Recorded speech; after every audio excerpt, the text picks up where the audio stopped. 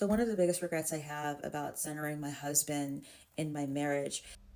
Hey ladies, welcome back to the channel. It's your host London Lamborghini, and this is the place where we upgrade our health, wealth, and relationships by turning information into action.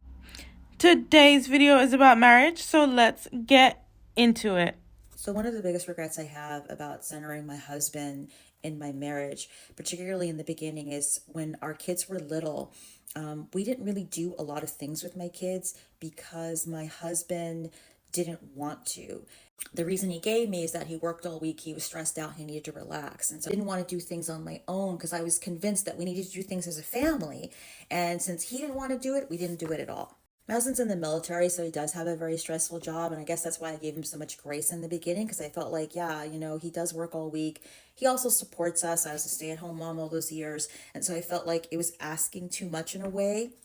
And, when I talk about doing things, I'm talking about like really basic stuff, like just going to the park or going for a walk, not even big things. And he just didn't want to do it. The viewpoint that my husband had and has is that his free time is his time. And free time to him is on the weekends when he's not working. And he feels like I should be able to do the things that I want to do. And what he wanted to do was like play video games, read books, watch TV, nap, not hang out with the kids or me for that matter. Moved to California. We went to Disneyland one time and we went to the beach twice. We lived in Southern California. The beach was like a few miles away. We went twice in 4 years. I really should have done more things with the kids on my own or maybe connected to a mom friend and did things with her. It's just because I centered my husband and everything so much. I just didn't want to do anything without him. And so I feel like my kids kind of had to pay the price for that. And I feel a lot of guilt about that because I should have realized then what I've realized now, which is that my husband views spending time with his family as a chore, as an obligation, as a source of stress. And he's actually said that to me. He's like, spending time with you and even the kids, that's a job. It's like stressful for me. I guess his thought was when I really talk with him about it, if it's my choice, I would rather not do it. But if you want me to do it, I'll do it. Which of course puts all the pressure on me because now I feel like I'm nagging you and pressuring you to do something that you don't really want to do. And like, why would I do that? They're now 14 and 11. And, we'll never get that time back. That time when they're little kids and they're so much fun to play with and do things with. We'll never get that time back. And it's all because really I just centered my husband in everything. And I wanted to defer to what he wanted or didn't want. And because of that, my kids missed out. And I feel a lot of guilt about that. And I'm just so regretful about it. I'm here to tell you why that whole trad wife trend is absolute bullcrap. I just got off the phone with a friend of mine who has been married for about 15 years now. Before she got married, she got a master's degree in education and a law degree. She met her husband in law school. He wanted a traditional wife. She did not take the bar, and instead they got married. He took the bar. He passed the bar, he became a lawyer, and she became a full-time housewife and later a mom. Times 5. They have 5 children. Okay, fast forward 15 years, where he has been cheating on her for years. She finally caught him red-handed. She has enough confidence and determination to say, I want a divorce, I'm done. He's walking away with a $300,000+ job that he got, by the way, from one of her mom friends in a mom group. Let's just put that aside. She has nothing. She has 2 advanced degrees, 0 experience. So are they even worthwhile? Are they even worth anything? She has nothing to show for it. And in the last 15 years, what has changed in law and in education? Probably quite a bit. So she is stuck at this crossroads of feeling like she has nothing. And before you say alimony, he is trying to screw her out of everything he possibly can. She cannot keep the house, even though she has primary custody of the children. She can't afford it. She has no job. Absolutely no job right now. And even if she did, there are 5 children. So between drop-offs and pickups at 4 different schools, she has about 3 hours in the daytime when she is not tending to children. So to any woman who is considering that the trad wife lifestyle might be it for you, I encourage you to think about this story. Remember it. And just remember that you as a woman need to have something for yourself. If anything, just for yourself, because you absolutely never know what can happen in life, whether it be divorce, whether it be cheating, whether it be the passing away of your spouse. You have to take care of yourself and put yourself first. You can still love and support your husband and be an incredible wife who takes care of your man, but take care of yourself first. So let me be clear. I had to learn to decenter marriage and to decenter romantic love. I'm 46. So if you're new to my content, my name is Miss Aisha. I'm a licensed therapist. I'm Gen X, and Gen X plays a large role in my thinking, right? I'm big into generations. And there was not like, oh, you could be child-free by choice. You can travel the world. You can do all these things. You don't have to get married. That was not the thing. Like, I grew up 100% talented 10th. If you cannot be new to my content, but it's Black History Month, and you have to understand the narrative of the talented 10th.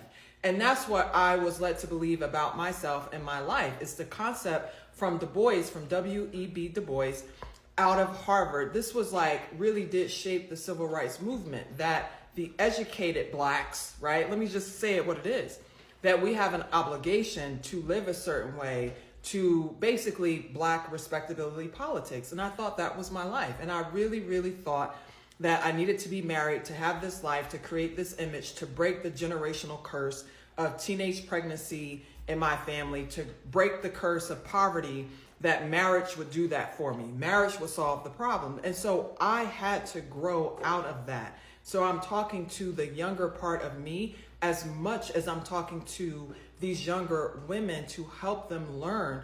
Do not throw away decades of your life trying to come to the conclusion that myself and other mature women have come to, that it's more important to center your own life and to grieve the dream and the fairy tale and the golden ticket that we all have been sold, that marriage is the answer to any problem that you have. What's a scam that's become so normalized that we don't even realize it's a scam anymore? Marriage. Marriage started as a financial contract across all cultures, and it still is, no matter how pretty and dreamy you want to make it.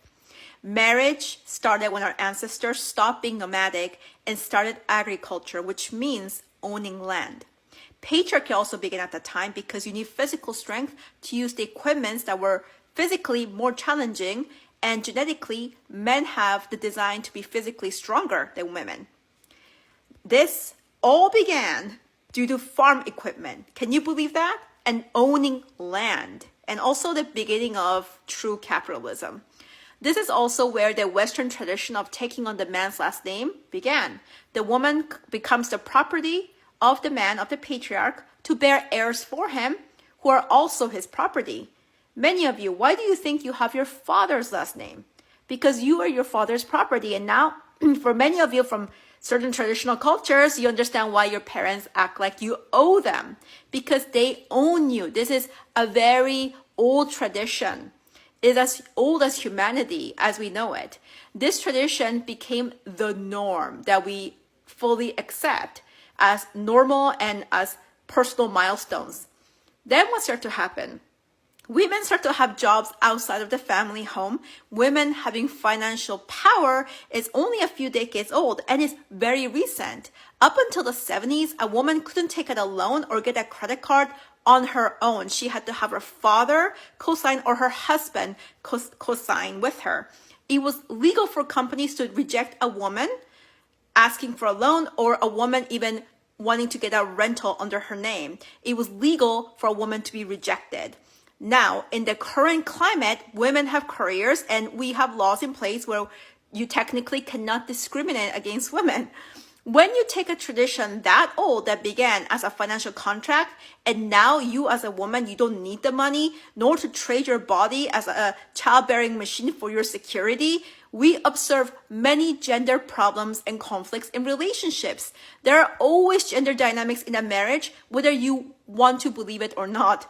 The context of marriage doesn't fit into the independent career woman's value system. So don't try to force it on yourself or even on others to try to make it work. Nor should you have to give your kids their father's last name.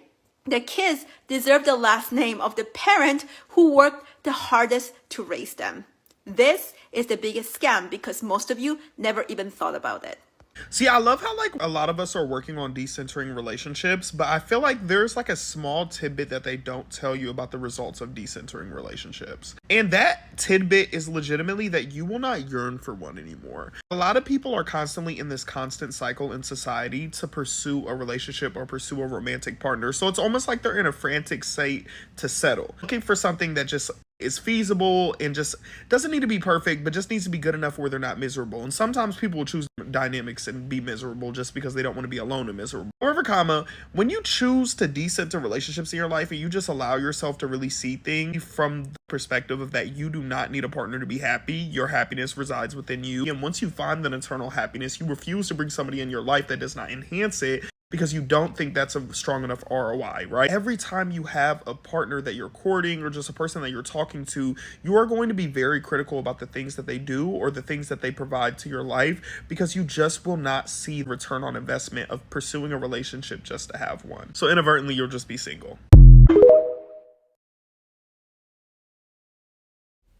For those of you who are new to the channel, I am London Lamborghini, and up until recently, I was a hypergamous sprinkle die-hard sprinkle girl.